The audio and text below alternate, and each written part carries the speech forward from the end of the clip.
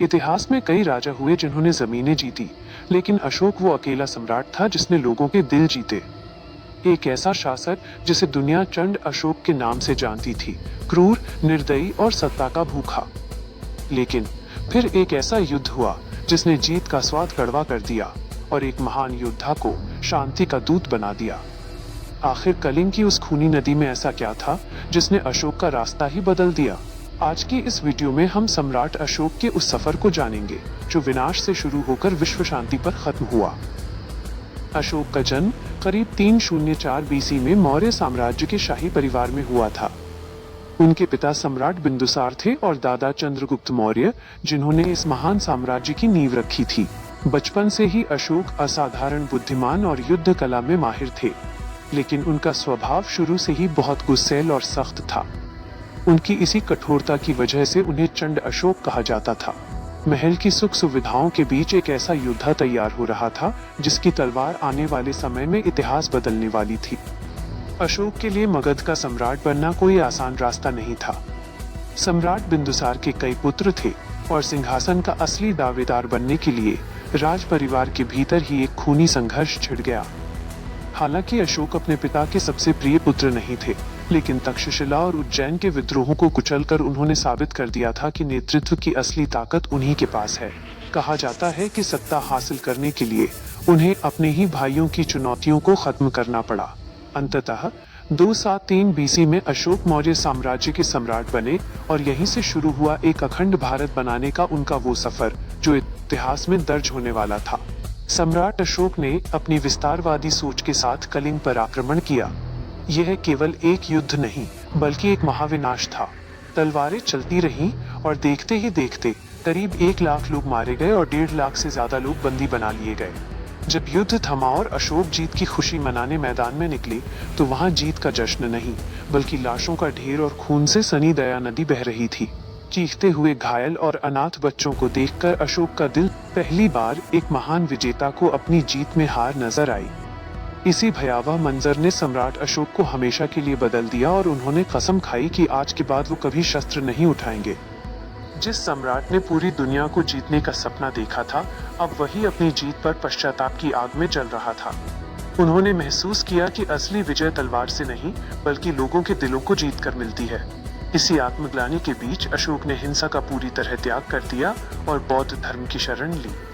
उन्होंने भगवान बुद्ध की शिक्षाओं, करुणा, अहिंसा और प्रेम को अपने जीवन का आधार बनाया। यहाँ से चंड अशोक का अध्याय समाप्त हुआ और धर्माशोक का उदय हुआ, जिसने अब साम्राज्य विस्तार नहीं बल्कि मानवता के कल्याण का संकल्प लिया था। अशोक ने बौद्ध धर्म तो अपनाया, लेकिन उन्होंने इसे केवल व्यक्तिगत आस्था तक सीमित नहीं रखा।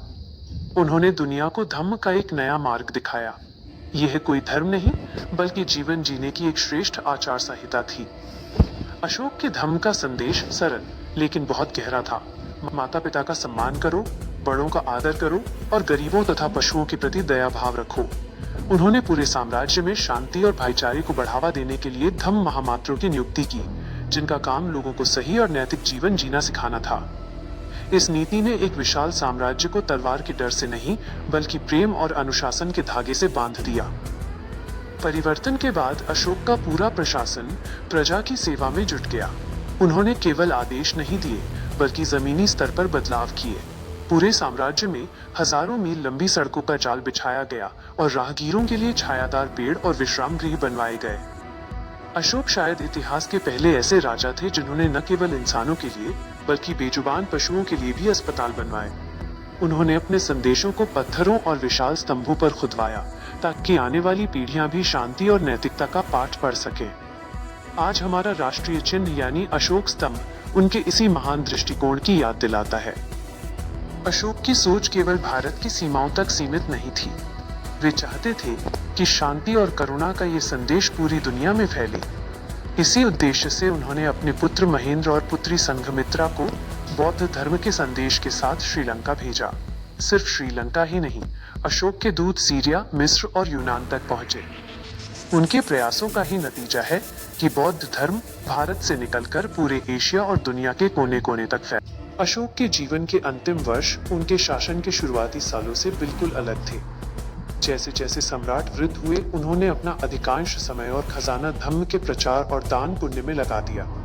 हालांकि उनकी शांति और अहिंसा की नीति ने भारत को एक नई पहचान दी, लेकिन इसका असर साम्राज्य की सैन्य शक्ति पर भी पड़ा। अशोक के जाने के बाद उनके उत्तराधिकारी उतने शक्तिशाली और कुशल नहीं निकले जो इतने विशाल साम्राज्य को संभाल सके।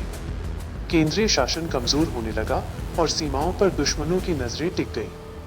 परिणाम यह हुआ कि अशोक की मृत्यु के कुछ दशकों के भीतर ही महान मौर्य साम्राज्य बिखरने लगा। लेकिन साम्राज्य भले ही ढह गया, पर अशोक ने जो शांति का बीज बोया था, वो एक वटवृक्ष बन चुका था।